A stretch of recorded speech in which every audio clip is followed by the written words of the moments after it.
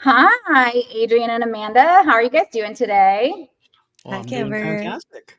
Good. I'm so glad to have you guys. For those of you that do not know or have not been to a Give Live before, I am Camber. I'm the product marketing manager here at Give. And we have Amanda with us, who is our director of customer success at Stellar WP, which is our parent company at Give.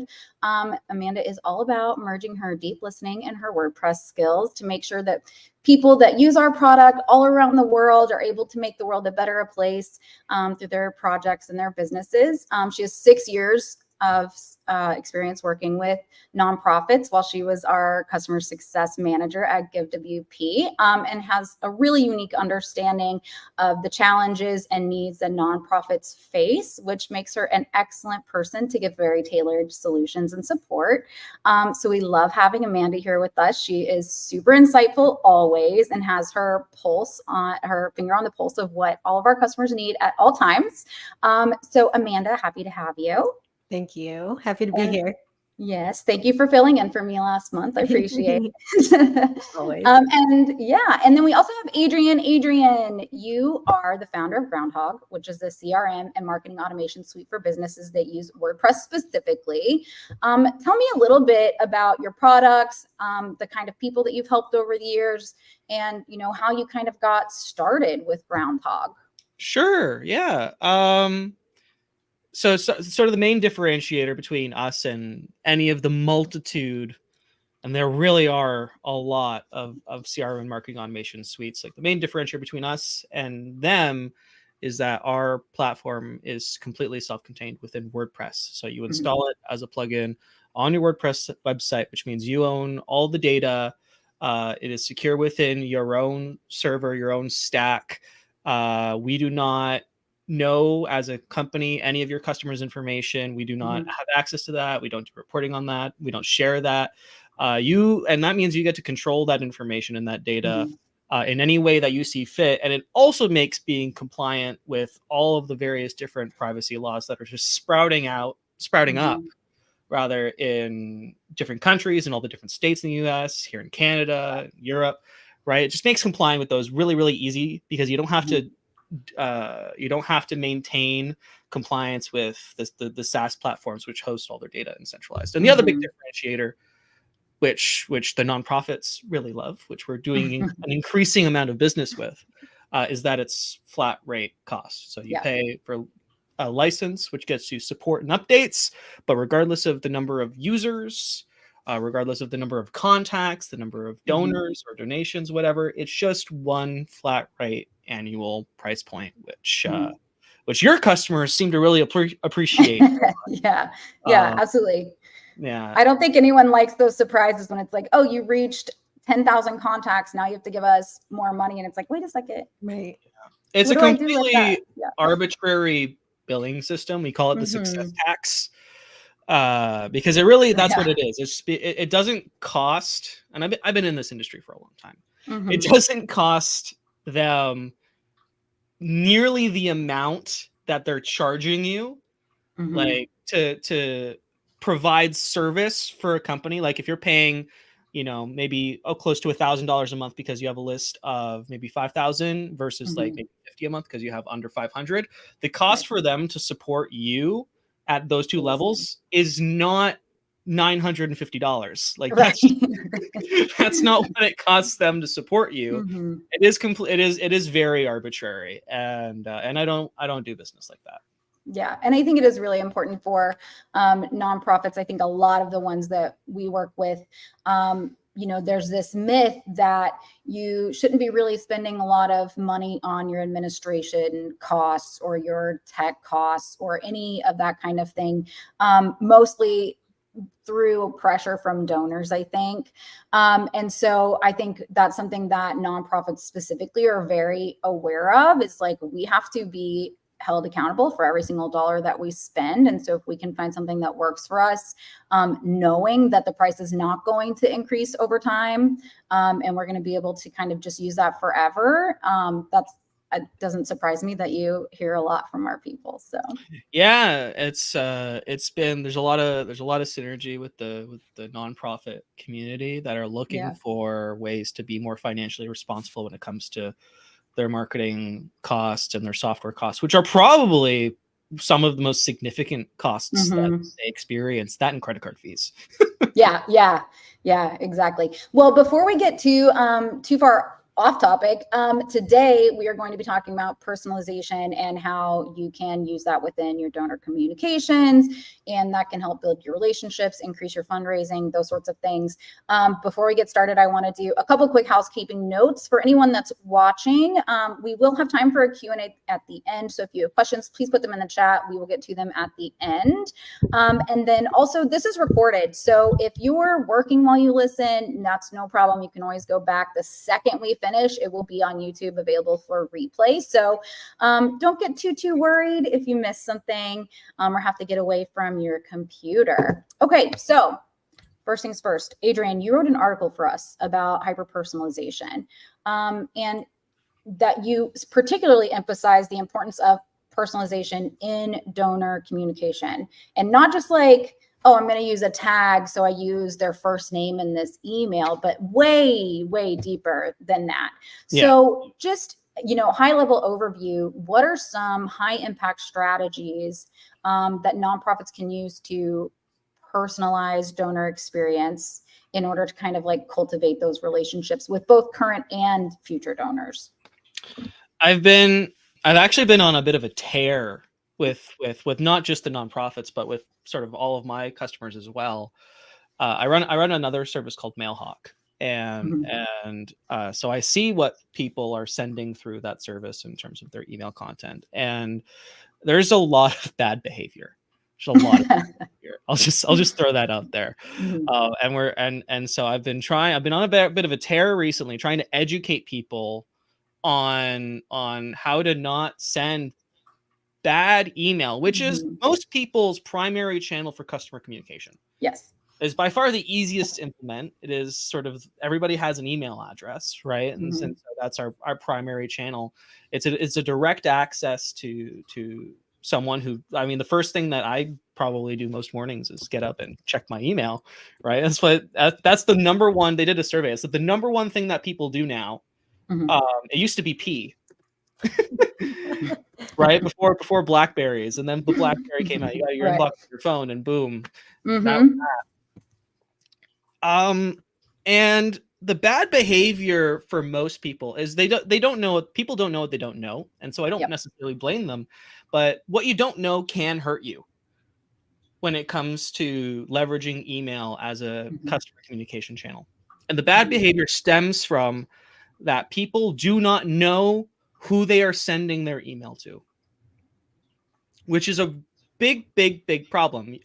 I get an email address, and I think just because I got that email address, I have permission to send whatever musings or whatever information that I have or whatever requests that I have to that person simply because I obtained that email address. But the person whose email address that belongs to has much different expectations of what you're allowed to send them. And what people do is they send them whatever, and then they get marked as spam, or they get put in the junk folder, or they just get flat out ignored because they are not meeting consumer or subscriber expectations. And so all of this starts with nonprofits, and really any business or anybody who's sending email has to know who is on the receiving end of your email, your communication, and what their expectations are for your communication with them. They have them. And if you're just getting email and you're just blanket sending whatever, that's just going to create animosity. It is going to get you into trouble with regulators eventually, maybe not quite yet, but eventually. And it is going to get you in the junk folder, which is not good. We can all agree that that's not good, right?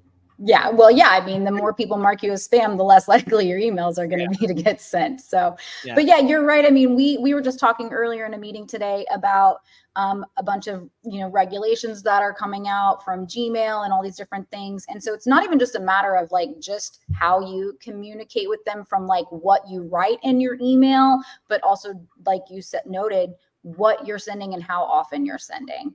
Exactly. And are you talking to them about things that they're interested in? People, well, purely staying within the realm of nonprofits, people donate for different reasons, right? They might donate because they were directly affected by the cause, right? If it's like a charitable foundation that's helping you, like, obtain property or find a place to live or whatever, right? You might have been directly affected by that at some point in your life, and you're thinking, well, I'm going to pay it forward and I'm going to get back, right? And then there's someone donating for a tax receipt. And that's the only reason that they're donating. They don't really care about the cause, right? Those people exist. It's okay. We'll take their money, right? But that person who's getting a tax receipt does not deserve the same conversation as someone who donated because they actually believed in the mission. I think deserve is an interesting choice. I don't think they want it. That's what I meant. Yeah, just maybe deserve is not the right word, but they don't want the same level of communication. Right? They're not expecting that. They don't care. Right? And what we want to send people is what they care about. Right? And if you're sending stuff to people that they don't care about, they're going to do one of two things. They're going to unsubscribe, or they are going to mark as spam. Those are the two options when you get email that you don't want. Well, the third option is ignore, but that only lasts for so long. Ultimately, eventually one of the other two are going to happen. Eventually, it's spam folder or unsubscribe, right? And so it is the responsibility of people who are collecting email addresses to also collect some other information. And that other information is, why did you donate? And what would you like to hear from us? And from those two questions, and you can come up with your own answers. I have suggestions for what those answers might be, or what the options might be. But from those two, you can develop a pretty personalized communication strategy for different segments, and make sure that the right people are getting the right emails at the right time, and you're not rubbing anybody the wrong way, and you're only sending stuff that people actually care about. I think a good distinction there. I just want to harp on that a little bit, because there's always going to be this information that folks are receiving from in the nonprofit space of making their forms as streamlined as possible, collecting as little information as possible on the donation form to make sure that that converts. Only get the information you absolutely need to get them to make that first donation in particular. So I think what you're saying is to get that to get this additional information, but to do it after the donation. There are lots of different ways that we can collect this information. We can collect it after the donation. We can collect it within the donation form itself. We can collect it before they've even donated. We can collect it while they're still in their sort of gathering phase. I remember a few years ago, I made a sizable donation through the company to a veterans charity here in Canada. For Veterans Day. And I remember doing a significant amount of research Going to because everybody, all the nonprofits with all the 501c3s, all the Canadian charities have to submit their financials, and it shows like the percentage of how much goes to administration, how much goes directly to beneficiaries, right? And I did my research ahead of that, and that is also a point where you can begin to start collect this information. Right? It's like, are you interested in donating? Here's our info package. Tell us why you want to donate, and we'll send you the information that's going to tell you why you should choose us. Like, there are so many opportunities during the research process to start beginning to collect this information. So when they do donate, you already have it. You don't even need to ask for it.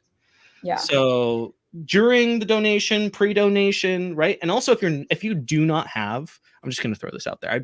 I didn't put this in the article, but if you don't have like a pre-donation, here's the information that you want from us to make sure that your donation is going to the correct place. If you don't have a lead opt-in or whatever for that, you should make one now.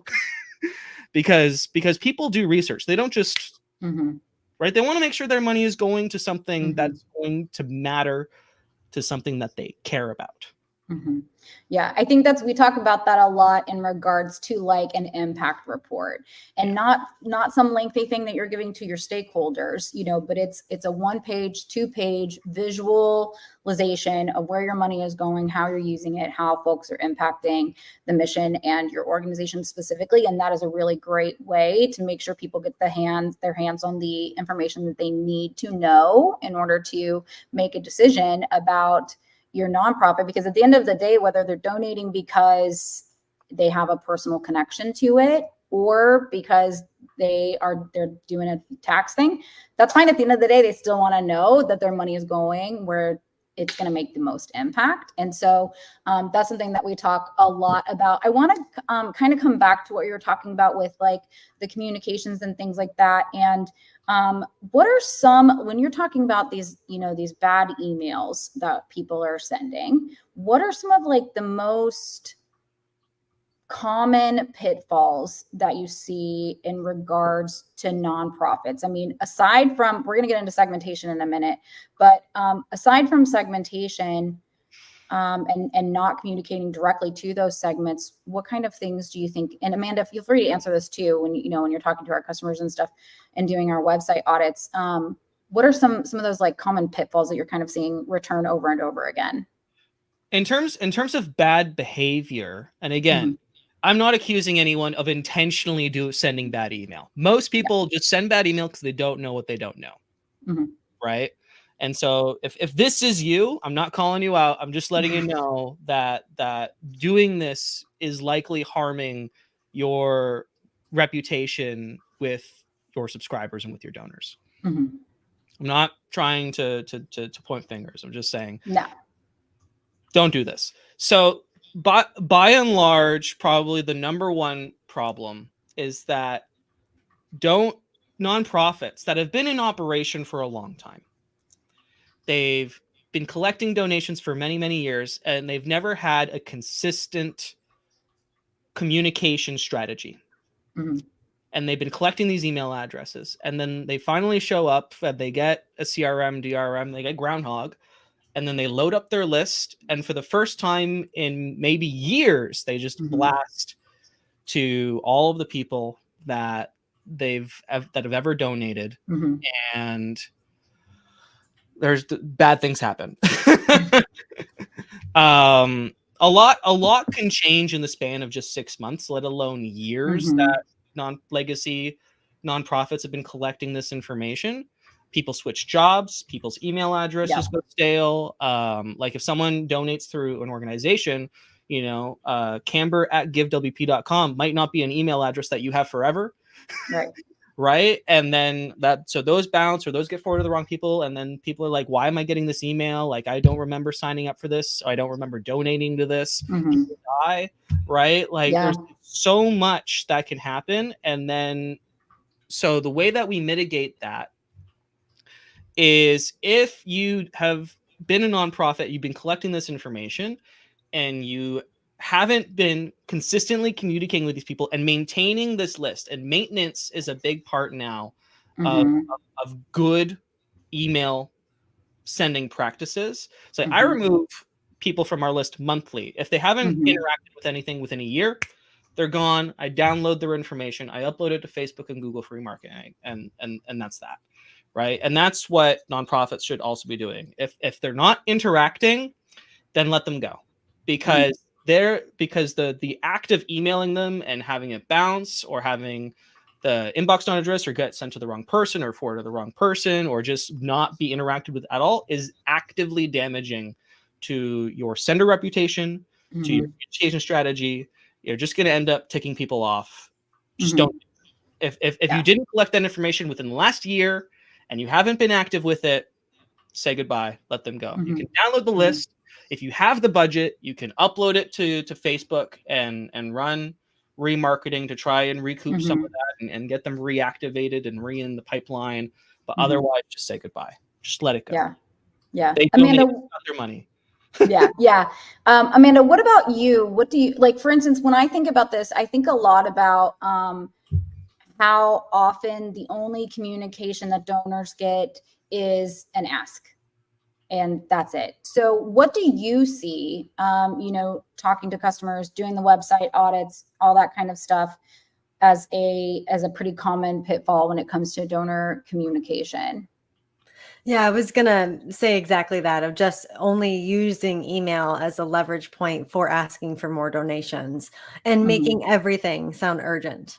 Right. Because even if there are everything is urgent, it's not urgent anymore. Right, exactly. So like having back-to-back urgent campaigns on social media or in email marketing just is going to just be noise. So, I do have conversations a lot with folks just to build their storytelling, build the momentum of the impact, and remind donors of why and how their impact is contributing to the community that they've joined by becoming especially a recurring donor. We have a lot of conversations about nurturing recurring donors, or nurturing one-time donors to become recurring donors. So that is like a community that is being built. And the more that you can have conversations with those folks in ways that is demonstrating impact, the things you would demonstrate in an impact report, but doing it through storytelling, through volunteers' eyes, through the folks that are actually being impacted by the donations. One of my friends runs an animal rescue. She'll feature home pets that have gone to a home 6 months later, like to say, like, here's how this pet has now, in their new home, whatever it is, you can demonstrate the impact through this whole journey of the community that you're in.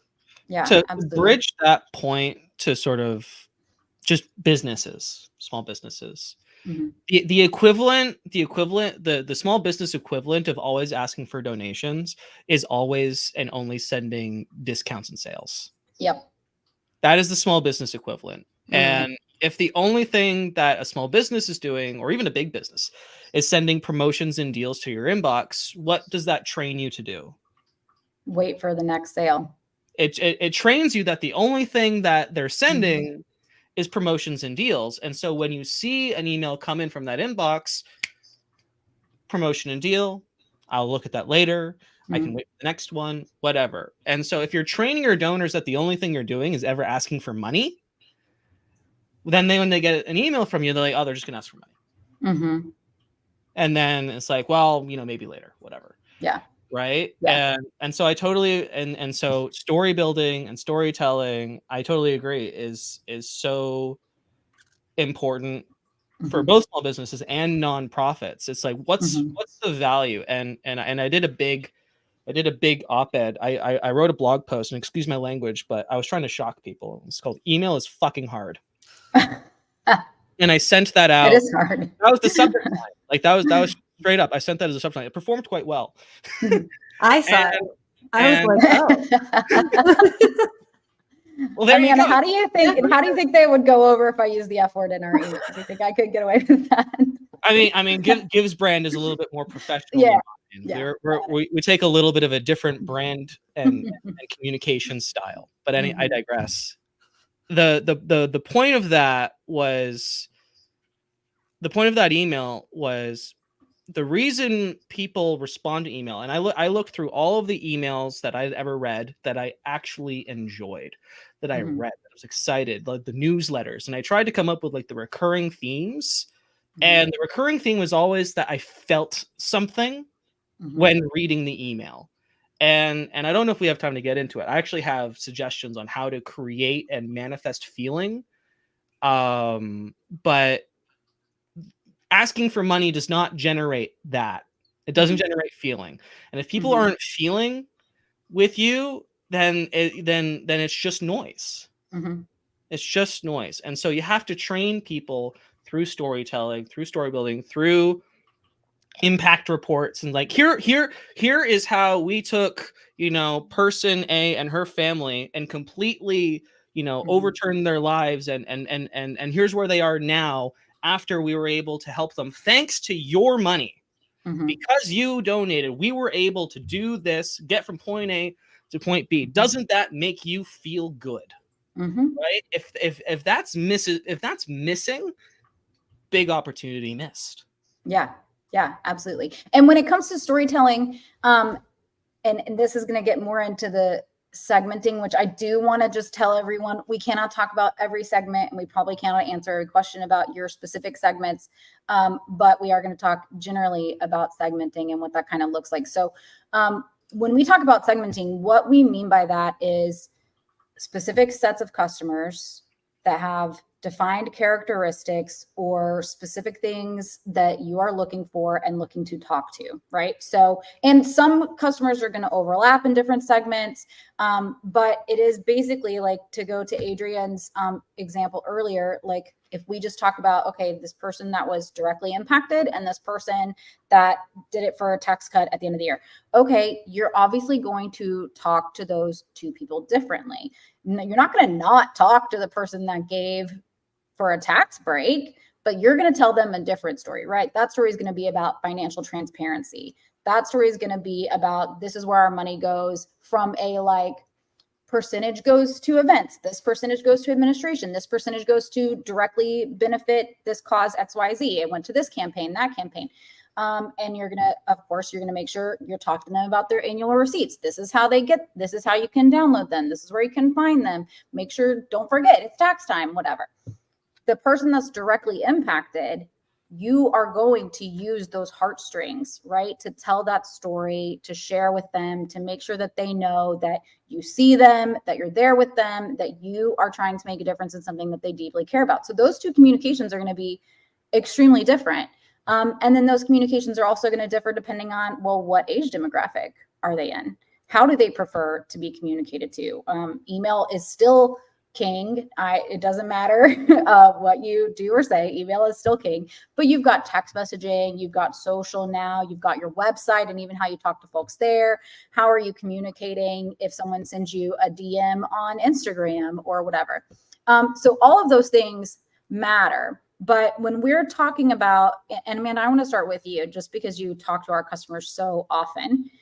What are like key considerations to keep in mind when you are segmenting donors for your nonprofit specifically? And I know that, we don't have one specific in mind, but what are some things to consider, recurring donors versus one-time donors, that kind of thing?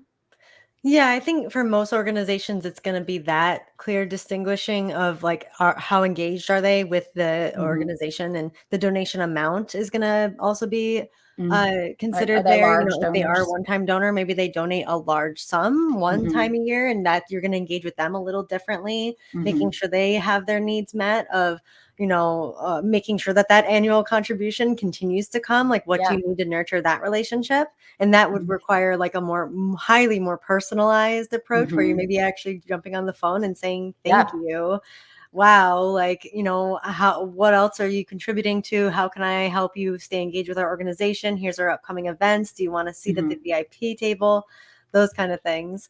But then, for our typical organizations that we see that are smaller nonprofits, mid-sized nonprofits that are getting a lot of one-time and recurring donors, they also are typically using more than one donation form. They might have a general donation form that's bringing in folks, but then they might have campaigns that are specific to sponsorship or to an event. Or maybe they have a specific time-sensitive campaign where they need to raise $10,000 within the next 3 months to build something, an attachment to their community center or whatever it might be. So those are all different kinds of folks that are going to be interested in the campaign, the like like micro campaigns within your overall campaign that you can then create a storyline. Again, it's that story and understanding why would you want to engage with your own organization, stepping into the shoes of your donor, getting to know who they actually are. And the only way you can truly do that is by talking to them, and actually like understanding their motivations. Yeah. And I think, and Adrian, I want you to speak on this because I feel like we talk a lot about how you can get to know your donor, and doing that through obviously information that you can glean from donations and different things like that, but also like just directly talking to them, and asking them what they're interested, or why did they do this specific thing, or why did they choose you? What are some other ways that you think that people can kind of collect data in order to create the best segments for their nonprofit? I mean, I think those are, in practice, really the only two ways. Is you can ask them on the phone, or they can give it to you during their customer or during their donor journey, their donor experience. And then it becomes, when is the best time for your type of donor to get that information? If the best way is to do that on a phone call, then start doing phone calls, right? If that's your audience, that's your audience. If your audience doesn't mind divesting themselves of information, it doesn't mind filling out maybe a donation form with a couple extra questions, then put it in the donation form. If your pre-donation marketing strategy is on point and you can collect that information earlier before they even get to giving up a credit card, if they're a little bit shy, then the best time is to do that post donation just on a form and make it optional. Right. Yeah. How do you feel about like consumer research platforms like SparkToro? Do you feel, or do you have an opinion on whether or not those are like, it's audience research, and you can look at, what are their gender demographics? What are their age demographics? What else are they searching for? What else are they interested in? That only helps you so much, because that information doesn't get tied to anybody specific. Yes. Right. That gives you general, like who is your audience, and that can give you ideas for your audience, but that doesn't, in terms of actually sending stuff to people, that doesn't tell you who you should be sending it to in your list, which is kind of what actually matters. Yeah. But I think I'm speaking from like a starting point, because I do feel that, and Amanda, correct me if I'm wrong, I do feel like a lot of people don't do anything right now in regards to personalization. And so I think there is a chance to not just yes, you still got to dive in the deep end, but doing some general audience research first. Do you think that there's a place for that? Well, that depends on the sample size, right? I mean, if you have a small sample size, then it's probably not worth it. Like if you only have 1,000 people to work with, I don't think you're going to get any useful information that's going to tell you anything significant that you didn't already know. If you have 50,000 people, you probably already have a good idea, in which case that's probably not helpful anyway. Yeah. So I'm skeptical. I think the best thing the best thing that anybody could possibly do is get boots on the ground and just start asking people questions. Yeah. Right. I agree. I think you'll get more benefit from asking 50 out of 1,000 people on the phone than you would trying to all right, here's what I have, and extrapolate something. Right. I think that's my own personal opinion on it. Yeah. I'm sure there's value in there somewhere for somebody, but if it was me, I would just start picking up the phone and asking people questions, or even just and again, you have to be careful, but of the people that have signed up within the last year that you have a pretty good idea wouldn't be bothered by it, you could send them an email that just says, "Who are you?" And you just ask a couple questions, and you might get some responses, probably not a ton, but that's at least a starting point. Yeah. Yeah. I like Alicia's idea in the comments as well, that you could, maybe if you are kind of freshly going into this new venture, like make an event be the central focus of like getting to know your donors, like host a virtual event where they can actually register and ask them some questions in the submission form where they need to register for the virtual event, or an in-person event, which what a great way to actually like have face-to-face conversations with donors, or something in between.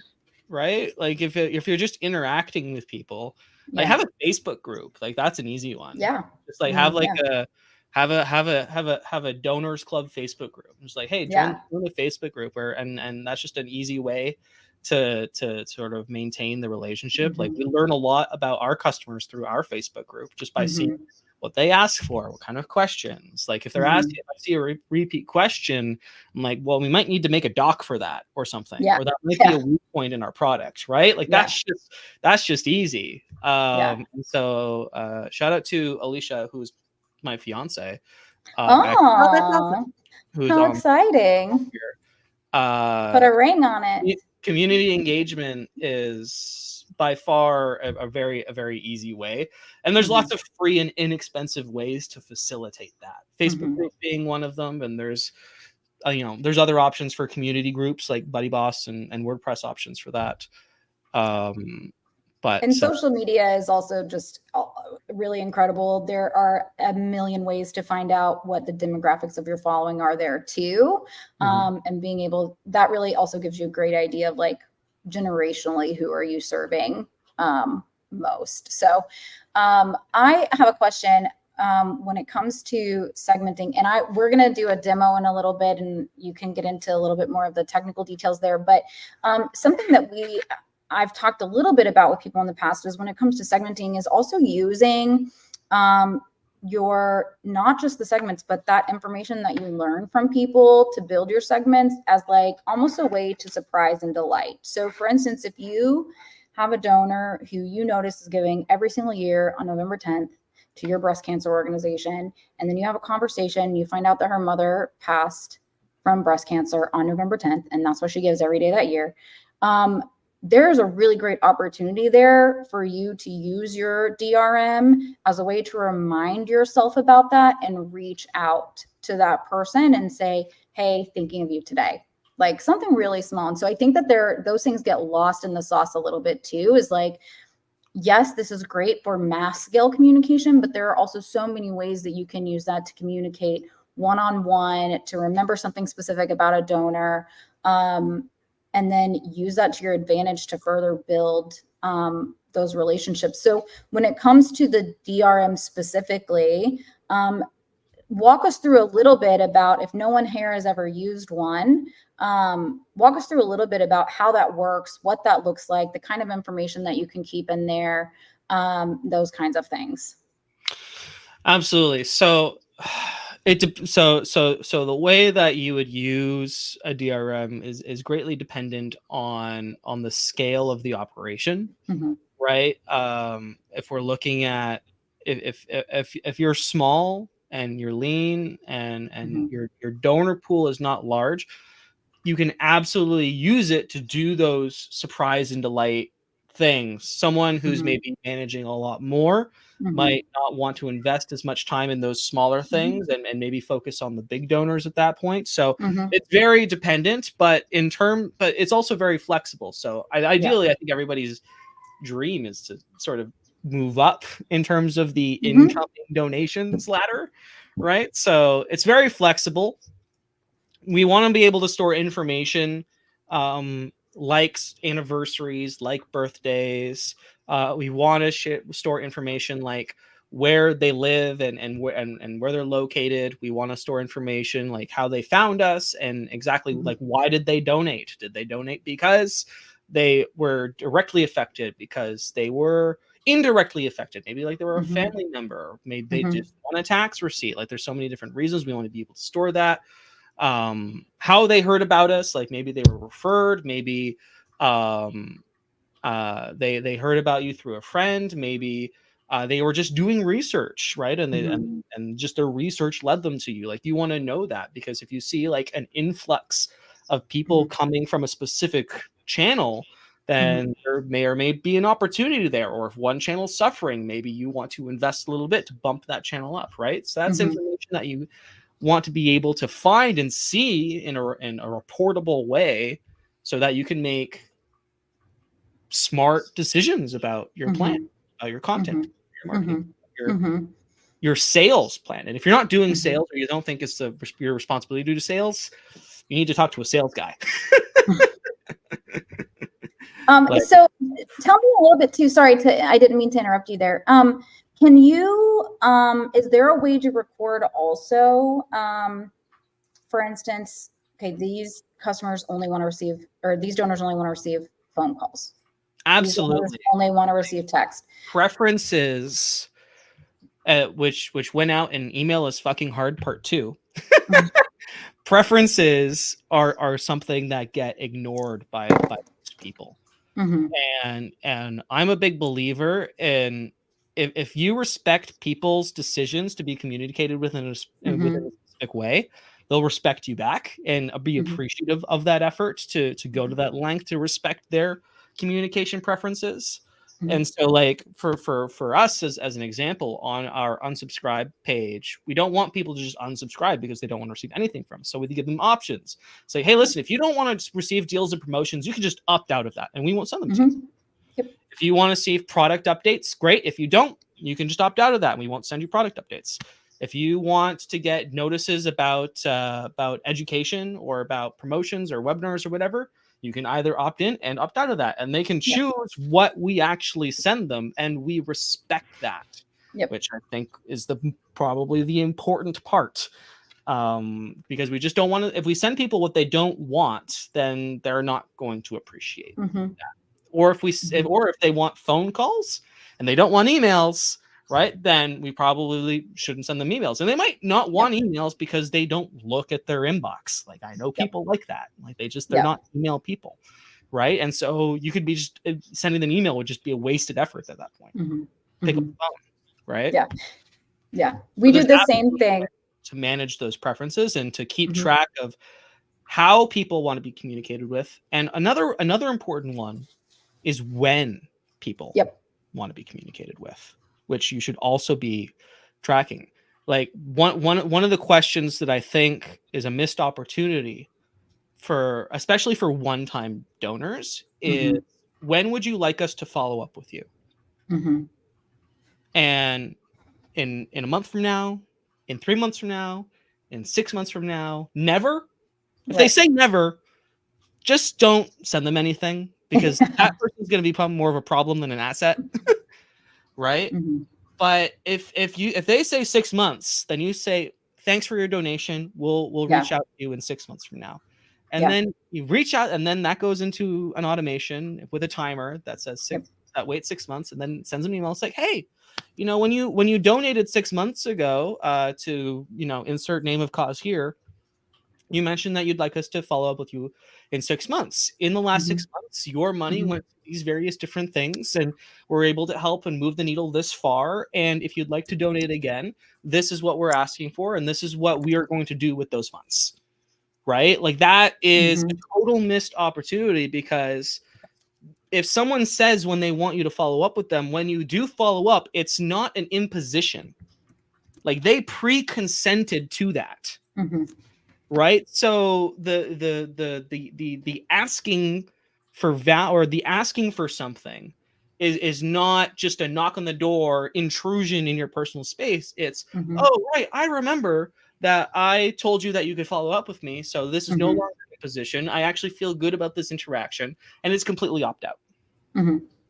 So the when to communicate, as well as the method of communication, like storing those and keeping those and keeping track, super important. I think those are excellent best practices for, you have to be respectful, as you've said multiple times, but the key takeaway here, I think, is that If you're sending emails when people are not reading them, or you're sending emails when they're not an email reader, then your communication is not effective and you're not getting anywhere with that. Doing And more so, damage than benefit, right? yeah, I mean, and at the end of the day, when you talk about, your sender scores and your spam rates and things like that, like that all gets impacted based on how you're sending email and how people are responding to those. And you're going to find yourself in a pickle when you can't send email because you've got a higher spam rate than you should have. Yeah, absolutely. It's the industry term is sender reputation. Yes, thank you. I was like, I know there's a different word. It's not So, this so word. for those who don't know, Yahoo, Gmail, they track for and by far, they are the market dominance. I think it's Apple iCloud, and then Gmail, and then Yahoo is, I think, the hierarchy there. It's Gmail, Apple, Yahoo. Is it Gmail, Apple, Yahoo? I'm pretty sure, but in terms of like usage, like the iOS app, right? The iOS Apple app is by far the app. the dominant actual inbox provider. Mhm. And so if you're using Apple with like a Gmail account, like Gmail doesn't get those metrics. But anyway, email is complicated. Email is hard, right? And but Gmail, when you're using the actual Gmail app and stuff, they track everything. They track what emails you open from what senders and how long you read them and how far you scroll through them and what links you click in them. And if you notice an email, when you're using Gmail, at least on desktop, I don't know, I haven't seen it in the app. I mean, it's probably in the app too, but if you haven't interacted with a sender in like 3-4 months, they'll actually give you an option at the top of the inbox to, hey, you haven't interacted with any of these emails in a long time. Would you guys like to unsubscribe? Right? So they're seeing how people interact with these different senders, and that gets compiled into a sender reputation score, which you can actually check through Postmaster Tools, which is a Gmail service, which senders should absolutely get an account if they haven't already. And you can see what your reputation is and how effective your emails are getting through into the inbox and how people are interacting with them, and if they're marking them as spam, right? And so if you're sending email to people that just don't interact, that's like social credit. It's like, it's not good, right? Because that's bad behavior, because you didn't have the responsibility to go and ask those people when and how they wanted to be communicated with, and you're certainly not sending them anything that they care about. Otherwise they would be reading it, right? And it really, all of this boils down to really send stuff. If you're sending email, send it to people who actually care about it. If they don't, just shit at the wall. So, to like bring that all into one, so some of the best practices that I'm hearing are, one, just ask what their preferences are, right? Two, if they have a particular preference, obviously we're going to respect that. 3, segment not just your audiences, but also your email lists, right? So, you want to get fundraising emails? Great. You want to only get emails about events? Perfect. You only want to get emails about, I don't even know. I can't think of anything else off the top of my head right now, but we do that for our email address. Do you want to hear fundraising news? Do you want product updates? Do you want to opt out of sales? Great. And we also say, if you sign up for this newsletter, we're going to email you twice a week. And then we only email twice a week. We're not emailing 3. We're not emailing once. We're emailing twice a week. You know what you're getting yourself into, right? So giving people that information about the kind of emails that they're going to get from you and when, and also taking that information from them about what kind of communications they want to receive from you, and then respecting that is super important. I'm curious to get your thoughts on predictive send, which predictive send, for anyone who isn't familiar, is an AI tool used by some. So like if you're using ActiveCampaign or something like that, that will send an automated email at the time that is best for that receiver. So if they're normally they're reading their emails at 6 p.m., it is going to send it around that time. So you're not sending an email arbitrarily into the air when you have no idea if they're going to open their email for another 5 hours. Did they already read it for the day? Like, is it just going to get buried in their inbox? So it's kind of more top of mind. What are your thoughts on using that as a way to, at least for timing, maybe try to make it a little bit easier. As long as it's within the bounds of what they told you that they wanted. Right. Right. Like as long as you're, because you don't want to be sending stuff when they're not expecting it. Mm-hmm. Right. So as long as you're using that tool within the boundaries Mm-hmm.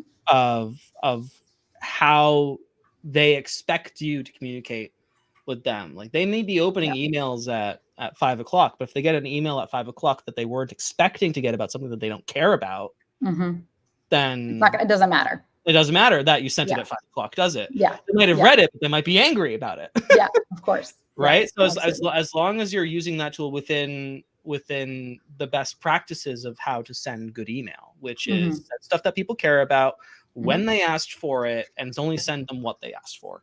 Yeah. Amanda, since you just did the Give Live with Termageddon, I would love to hear your thoughts on how our nonprofits can strike a balance between personalization, which can get, I mean, you can get so deep on personalization that's almost creepy sometimes. So how do you strike a balance between that personalization, but also respecting donor privacy? That's a great point. And I think it depends on where the charity is, like what country are they in and what compliance they need to meet. So having the framework first of what is an appropriate question to ask, what is appropriate information to store on your website, like what information do you want to be responsible for? Because ultimately it is going to be living on your WordPress environment. So you need to know what you want to collect and what is going to work within your compliance regulations first.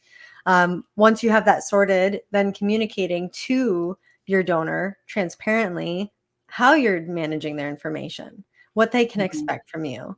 And you're using a payment gateway if you're using GiveWP, so sensitive data is going to be handled securely and safely.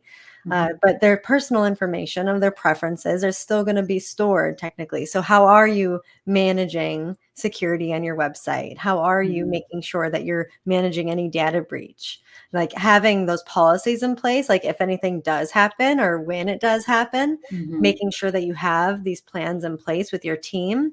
And then we had a lot of that conversation was really insightful because not having a plan puts you in a really bad position when something does happen, especially if you start involving more people on your website to manage donor relations and you're having somebody send that birthday note or that anniversary note or that, you know, any kind of personalized message. You need volunteers to do that, which means you need more people on your WordPress website doing that kind of activity, which opens you up to more risk.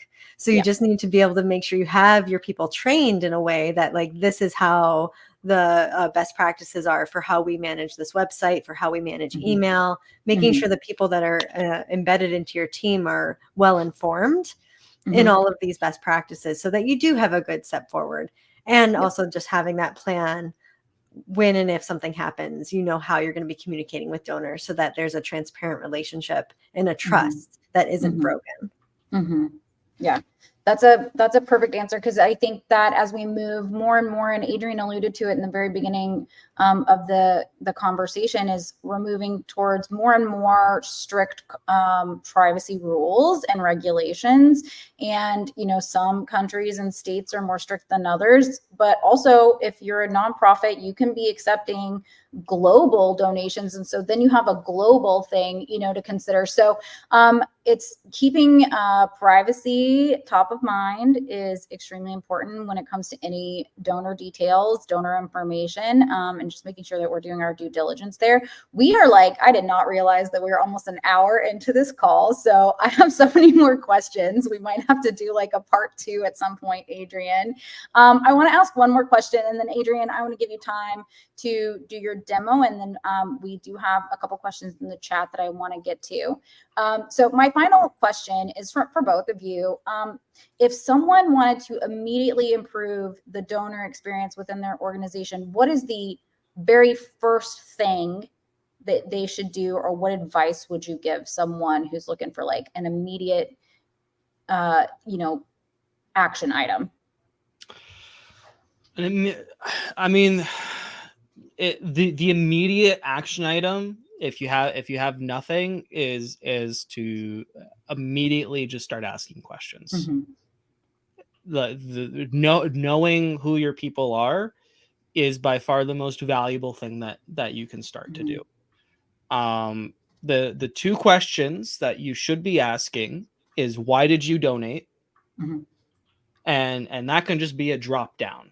And your options are, I was directly affected, I am indirectly affected, I am looking for a tax break, I believe in the cause, I just wanted to feel good, and other. Like, that's, what is that, 5-6 options?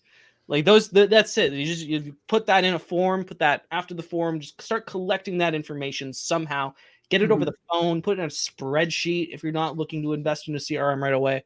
Like, just start getting that question. The second question that you need to be asking is, how did you hear about us?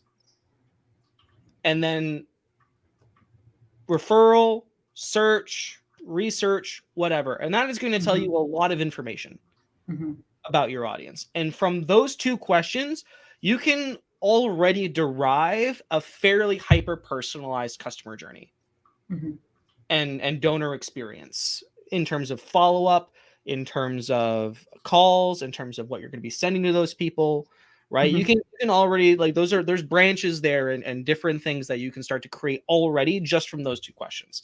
Those are the only two questions. If you're going to do something today, start asking those two questions and just keep that information somewhere. If you're using GiveWP, add it to the form, and then it goes to the donor profile, and you can leverage that. You can export it and leverage it later. Okay. Yeah. That is by far my top recommendation. If you're going to go the next step further than that, then you're going to start asking for preferences in terms of what they want to get from you. So then you can say, all right, well, what kind of information would you like? Would you like progress reports? Would you like impact reports? Would you like tax information? Would you like stories? Would you like to get fundraising notices? Would you like to like campaign goals? Like, what information do you actually want to receive from us? And then this next question that you add in terms of preferences is, when would you like us to reach out to you? Would you like us to reach out to you to follow up within a month, 6 weeks? Would you like to be part of the newsletter, which is 2 times per week? Like, what you, in terms of how frequency of communication, what kind of frequency would you like from us? Right. And that's sort of the next step after those two initial questions that you're going to do. And then the next step after that is, okay, now we actually have to design a system that is mostly automated, that can handle this sort of communication, and then give our staff or our volunteers a portal to actually go and leverage this information in an effective way, to create reports based on this information, right? Once you have like a sample size of like a few hundred people, that's probably the point where you want to start, looking at CRM and investing in it. If you don't want to start with it, to start collecting that information and getting a report going, and then you're going to be able to see a lot of insights, and then you can make smarter, more effective planning decisions in terms of your marketing, in terms of your sales, in terms of your campaign goals and your finance goals, in terms of communication strategies, everything. I hope that is a complete answer. I think so. Amanda, did you have anything to add? Because I felt like he hit all the points. For sure. No, I think that's great. And the only thing I would say, if you're asking for your donors to get more personal with you, I would recommend also considering the ways you can get more personal with your donors. Like, how can you surface your team or who you are behind the screen, like behind the organization? Who's made up of your organization? And how can you put your face more prominent, your name, like make yourself available to your donors on the donation receipt, like sign the donation receipt, like make it a little bit more like you are a human being that is contributing to this organization and receiving this donation that is doing something with it. Yeah. You would be surprised how many people don't, well, there's a lot of emails that are not actually sent by real people, but even in smaller organizations, how many people don't realize there's an actual person writing that email to you. Yeah. I think one of my favorite experiences was doing a Give Live actually, and someone was in here and she was like, wait, I get emails from Camber. I didn't know Camber was a real person. I was like, yes, I'm a real person. Here's my face. Like, I write those emails to you. Hi. But it's just, I think, that's a really good point, Amanda, is that if you if you want people to pour into you, you have to pour into them. So making sure that you're kind of just meeting them tit for tat. So, okay, we are already at 3:00. Adrian, walk us through how to use a DRM, obviously Groundhogg specifically. But I would venture to guess that a lot of people have not seen Groundhogg in action, or maybe any DRM at this point. So would love to kind of see how things work over there in your side of the world. Absolutely. So I'm just going to show a couple things because I know we're short on time and I don't want to take up too much time. But we're in WordPress here. We got Give installed as well as Groundhogg installed.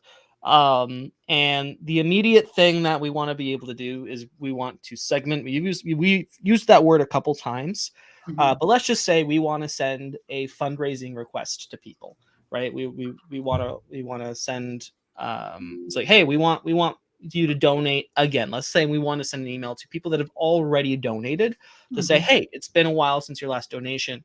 How about you donate again, just as a small fundraising activity, given that you've already checked their preferences and stuff. So what we want to be able to do is when we want to go to our marketing list or our CRM or our DRM and the list of all the contacts and be able to actually filter those people. And so what we want is we got Groundhogg installed, we got Give installed, we got the Groundhogg integration installed. We want to be able to see, I want people whose recent donations and donated to a specific form within the last 60 days and be able to pull that list. And then that's going to be the list of people. And we can then send this person an email. We can add them to a funnel. I just spilled my coffee on my desk because I'm using gestures. That's okay. And we can export them and then move them to a different software, maybe to Help Scout or a ticket-based software for your sales reps or your volunteers or whoever. And there's lots of value within this list as well. We can actually see that I was playing around. So we have our donation reason, and we're collecting that information. I'm directly impacted. I want a tax deduction. I know someone. And we can also filter based on that feedback. So let's say I want to select donation reason, and they selected I am directly impacted. We want just the people who donated in the last 60 days, as well as they selected I'm directly impacted, and we're storing that information so we can leverage it later, which is sort of the whole big idea exactly of all of this hyper-personalization stuff.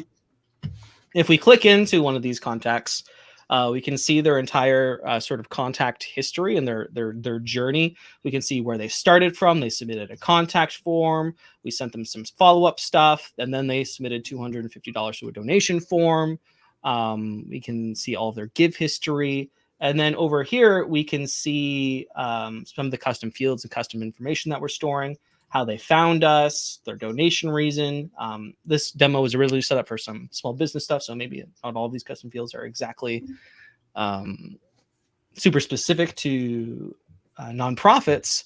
However, we sort of get an overview of this person's journey throughout their experience with your nonprofit. I want to quickly head over to sort of the automation, which all of this sounds like really, really hard. It's like, oh my God, that's a lot of information to keep track of. It's certainly a lot of information or a lot of data to manage personally in your brain and effectively. So we want to leverage automation tools to sort of act on our behalf to send the follow-up emails and send the right message at the right time to the right person. And so I have a simple example here. So like people who make large donations, we might want to send them different language than people who donate 50 bucks, right? So if someone donates over $1,000 in one go to a specific form, we want to maybe do a little extra and send a little extra and send a little bit of a different conversation, or at least start like an in-person conversation with this donor. Right. So we apply the big donor tag so we can pull our list of big donors later really easily. And we create a task where we were talking about how do we remind people or get sales staff to take action on certain things. So we create a task to do a phone call within 7 days of that donation to say, hey, thanks. And then we send an email that's personalized, recognizing that they made a sizable donation. So, hey, I wanted to reach out and personally thank you for your generous donation. It's rare to see such examples of such generosity. We'll be giving you a call soon to thank you and also inform you of how we're be responsibly investing those funds. If you have any questions, please reach out. This will reply to a real person.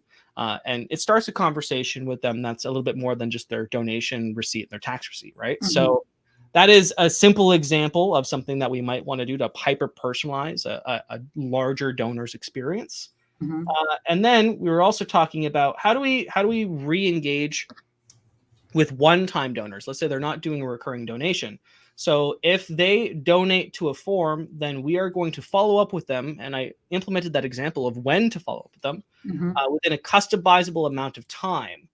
So if I go back to one of these contacts here. So I have a donation reminder delay, which they can select 1 month, 2 months, 3 months, 6 months, or never. If they donate to a forum and the donation reminder delay is not never, then we're going to wait that period of time, which is dynamic. And then we're going to send an egg and we're going to say, hey, our cause needs your support. And you might want to personalize or create a better story than this. I don't have a lot of time to set this demo up.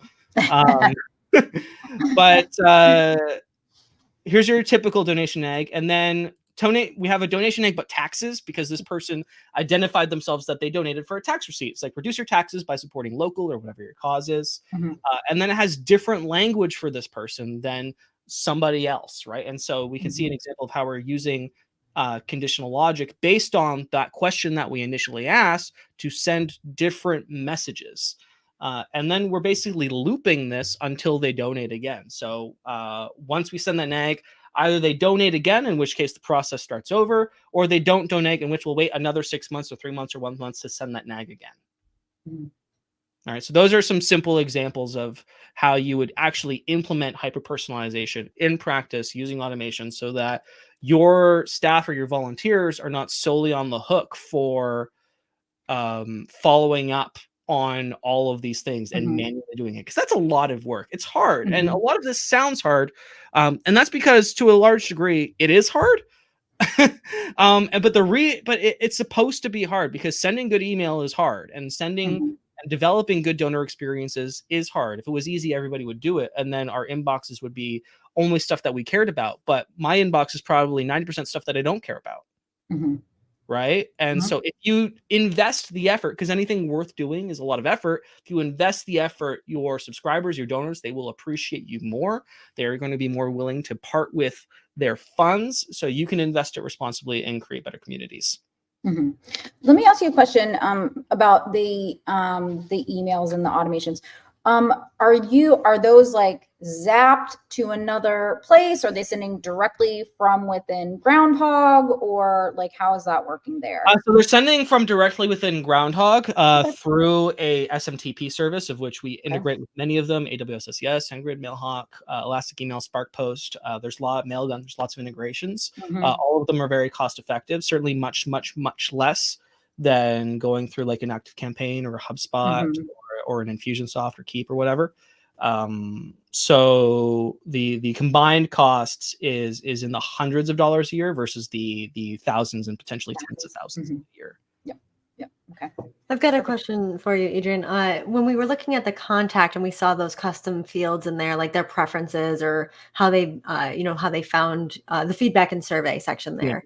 And this goes in with one of the questions that we saw in the chat as well of starting this personalization process. And, some folks, this person in particular had mentioned that they don't want to collect a lot of information other than just the donation on the form. So they get that information before or after. So I got to imagine that involves like collecting it on another form that you're using in the WordPress environment. And is that information being piped in via custom field in Groundhogg, or like what's the process for kind of getting that data into? Yeah, so there's lots of different ways that you can collect that data. You can collect it in like a pop-up survey format through like a Hollerbox tool.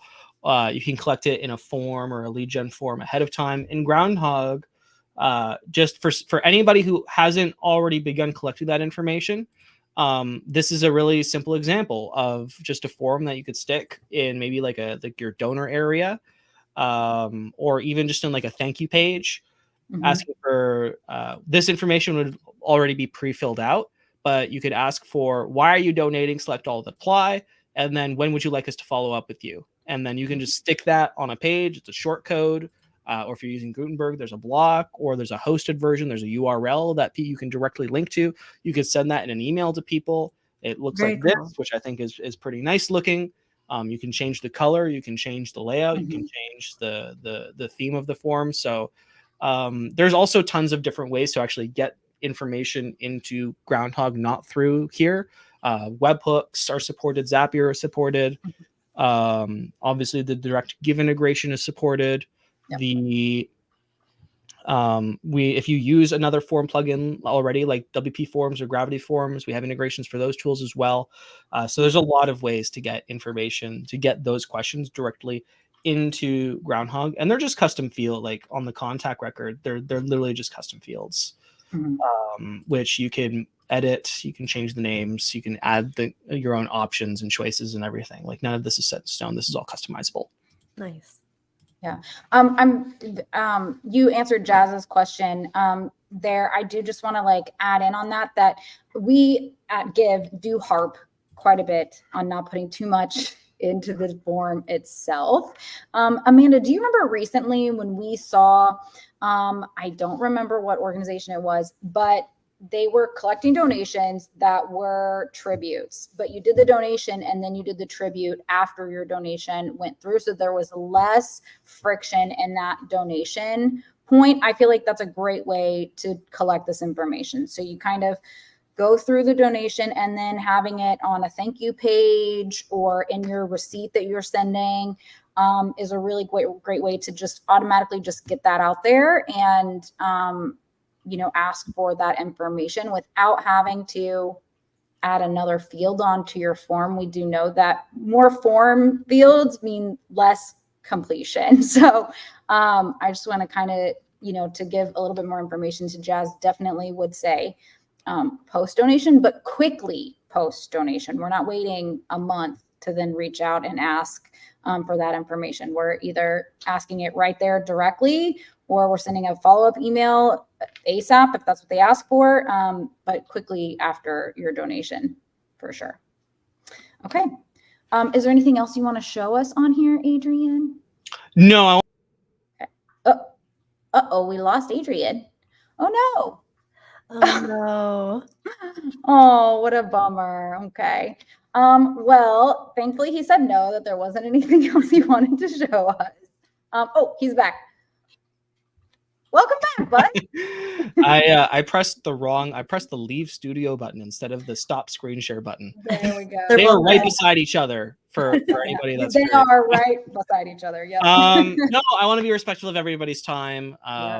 But if anybody has additional questions about the Give WP integration with Groundhogg or DRM, we have lots of content on the Groundhogg blog, especially the how to send email that people actually care about that. If anybody's interested in that, and sort of my musings on what actually means, what it means to send good email, and what the format and the layout and the content and the feeling, and how to actually get feeling or invoke feeling, like using opinion or using specific language that your audience might, their ears perk up when they hear that, and being personal, right? I feel like a lot of people suffer from wanting to appear bigger than they are, and so they put up a super professional sort of corporate soulless facade. It's their signature on the bottom, but the way that they speak is very filtered.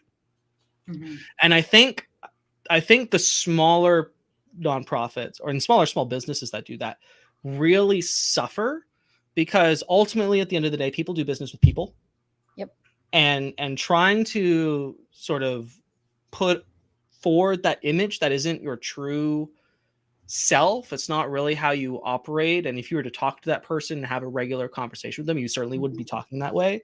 Right. And so if you're curious about that at all, go to groundhogg.io/blog and we have that information there. And if you have any questions about Groundhogg and Give, that's also all on the website. There's live chat there too. Yeah. I did drop the link in the chat for anyone who wants to grab that just in case. And then of course, Amanda is always there to answer your questions as well about any integrations, not just Groundhogg, but also literally probably everyone here has my email address. So if you have questions, feel free to email me, put in a request on the site, whatever, or in our Facebook group. We're here to answer your questions. So if there's something that you come across later on, definitely give us a shout. Adrian, thank you so much for joining us. Amanda, you too. I really appreciate y'all's time today. And I know, especially because we went over. So I really appreciate y'all. Thank you so much, Adrian. This has been really insightful. Yeah, it was fun hanging out with you guys. Have me back. We will. Don't worry. I think we're going to need to. I know. I feel like we literally got through half my questions. So we're going to have to do a part 2 at some point. Totally. All right. Well, thanks, everyone. Don't forget this is available for replay immediately as soon as we end this stream. And it'll probably come to your email inboxes in a week or 2 as well, just as a quick little reminder. Thanks for joining us. If you have questions, please let us know. That's it for us. Bye.